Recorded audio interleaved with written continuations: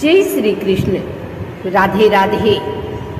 सुनिए भक्तों, ये है बृहस्पति देव की एक ऐसी कथा जो न केवल श्रद्धा का प्रतीक है बल्कि जीवन को बदलने वाली शक्ति भी है।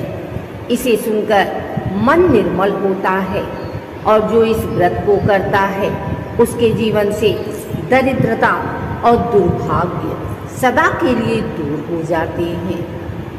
बहुत समय पहले की बात है। एक नगर में एक गरीब ब्राह्मण और उसकी पत्नी रहते थे। वे दोनों बहुत धर्मपरायण थे। हर बृहस्पतिवार को वे श्रद्धा से व्रत रखते, पीले वस्त्र धारण करते, भगवान विष्णु और बृहस्पति देव की पूजा करते और गरीबों को दान देते। भक्ति में शक्ति होती है और यही शक्ति थी उस ब्राह्मण दंपत्ति की पूजा में। उनके जीवन में सुख था, शांति थी और संतोष था। भले ही धन सीमित था, लेकिन जैसा अक्सर होता है, सुख देखने वाले सब मित्र नहीं होते। एक दिन एक पड़ोसन ने ब्राह्मणी से ईर्ष्यावश कहा, अरे बहन, ये पूजा पाठ व्रत उपवास से क्या फायदा? देखो, आज भी तुम्हारा घर वैसा ही है। ये सब बेकार की बातें हैं। धीरे धीरे ब्राह्मणी का मन भी डगमगाने लगा और एक दिन उसने गुरुवार का व्रत तोड़ दिया। उसने बाल धोए, कपड़े धोए, पीला भोजन छोड़कर मिर्च मसाले वाला भोजन खाया। और भक्तों, जिस दिन श्रद्धा से मुंह मोड़ा उसी दिन दरिद्रता ने घर में पांव रख दिया, क्योंकि जहाँ श्रद्धा नहीं होती वहाँ शुद्धता भी नहीं टिकती। उसी दिन से घर में परेशानियाँ आने लगी। गायें बीमार हो गई, बगीचा सूख गया, घर में कलह होने लगा और नौकर तक छोड़कर चले गए। ब्राह्मण दुखी हुआ। उसने भगवान से प्रार्थना की। रात को भगवान बृहस्पति ने स्वप्न में दर्शन देकर कहा, तुम्हारी पत्नी ने जो व्रत त्यागा है उसी से यह विपत्ति आई है। जागृति तब आती है जब विनाश द्वार पर खड़ा हो, पर जिसने सच्चे मन से पछताया भगवान ने उसकी पुकार सुनी। ब्राह्मणी बहुत पछताई। उसने प्रायश्चित किया और दोबारा बृहस्पतिवार का व्रत आरंभ किया। पीले वस्त्र पहने, केले के पेड़ की पूजा की, पीले फूल, हल्दी, चने की दाल से पूजन किया और गुरु मंत्र का जप किया। ओम ब्रीम बृहस्पतये नमः। श्रद्धा लौटी तो शुभता भी लौट आई।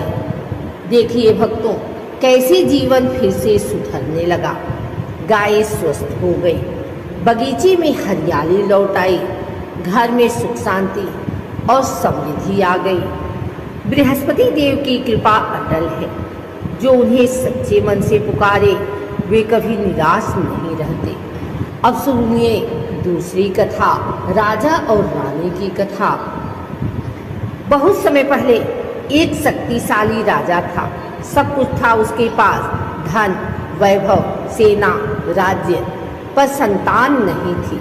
उसने यज्ञ करवाए, दान दिए, तीर्थ किए, पर संतान नहीं मिली। एक दिन वन में एक ऋषि मिले।